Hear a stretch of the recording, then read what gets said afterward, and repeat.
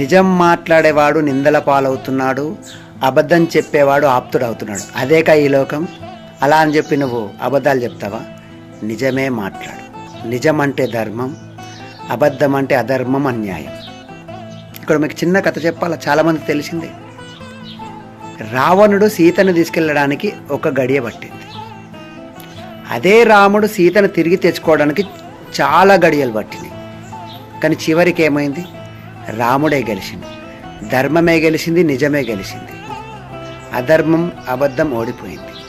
అబద్ధానికి ఆదరణ ఎక్కున్నా, ఎంతమంది ఆదరించినా, ఎన్ని ఆడంబరాలు జరుపుకున్నా చివరికి అబద్ధం ఓడిపోతుంది, నిజం నిలబడుతుంది, నిజమే గెలుస్తుంది. సో నువ్వు ధర్మ సంస్థానం కోసం నిజం మాట్లాడు, ధర్మం వైపు నిలబడు. ఆ దేవుడే నిన్ను నిలబెడతాడు, ఆ దేవుడే నిన్ను నిలబెడతాడు. గుర్తుంచుకో.